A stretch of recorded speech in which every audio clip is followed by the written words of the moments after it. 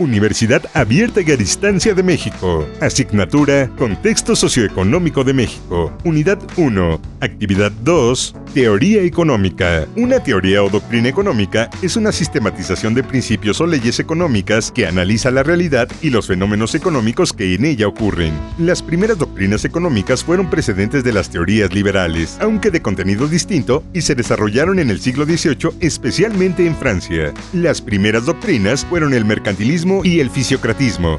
Mercantilismo surge durante los siglos XVI, XVII y la primera mitad del siglo XVIII en Europa, donde los autores eran mercaderes que escribían acerca de sus intereses y su relación con la política económica. El mercantilismo es el conjunto de ideas económicas que consideran que la prosperidad de una nación-estado depende del capital que pueda tener y que el volumen global de comercio mundial es inalterable. Su gran éxito fue estimular el crecimiento de la industria, pero a su vez provocó fuertes reacciones en contra de sus postulados. Fisiocratismo, pensamiento económico surgido en Francia en el siglo XVIII, siendo los primeros en aplicar el medio científico a la economía. Eran oponentes del mercantilismo y regularon su comercio internacional para evitar la salida de oro y plata de sus reservas. Veían a la industria como una esfera estéril que no crea nuevas riquezas y defendían a la agricultura como el único sector productivo capaz de crear riquezas, y la industria solo permitía la distribución de estas. Escuela clásica. Con la aparición de la producción en serie, los patrones, los asalariados y jornadas de trabajo, es así como surge la escuela clásica. Uno de sus principales exponentes fue Adam Smith, autor del libro Una investigación sobre la naturaleza y causas de la riqueza de las naciones, más conocido como La riqueza de las naciones, del año 1776. Se basa en el liberalismo económico como la propiedad privada, libertad personal, especialización del trabajo y su ampliación en el mercado, donde la paga es correspondiente según la capacitación. Institucionalismo. El institucionalismo se desarrolla principalmente en Estados Unidos. Se basa en la creación de instituciones o universidades que interactúen con el mundo de los negocios. Su mayor expositor es Thorstein Veblen, psicólogo y economista estadounidense.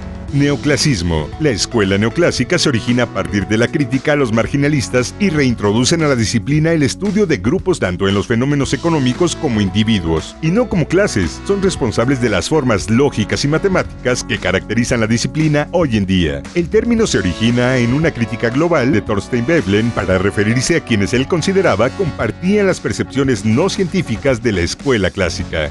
Marxismo, escuela del pensamiento económico inspirada en la obra de Karl Marx, donde los conceptos fundamentales fueron desarrollados por su obra El Capital, donde se destacan entre varias las tres teorías más importantes: teoría del valor y los salarios, teoría de la plusvalía y la teoría de la lucha de clases. Economía keynesiana. Es una teoría económica propuesta por John Maynard Keynes, basada en su obra Teoría General del Empleo, el Interés y el Dinero, publicada en el año de 1936. Se centra en el análisis de las causas y las consecuencias de las variaciones de la demanda agregada y sus relaciones con el nivel de empleo e ingresos. En la actualidad, las teorías representativas son la microeconomía, que estudia el comportamiento económico de agentes económicos individuales, como son los consumidores, las empresas, los trabajadores, así como de los mercados. Considera las decisiones que toma cada uno para cumplir ciertos objetivos propios. Los elementos básicos en los que se centra el análisis microeconómico son los bienes, los precios, los mercados y los agentes económicos. Macroeconomía se encarga de estudiar los indicadores globales de la economía mediante el análisis de las variables agregadas como el monto total de bienes y servicios producidos, el total de los ingresos, el nivel de empleo, los recursos productivos, la balanza de pagos, el tipo de cambio y el comportamiento general de los precios.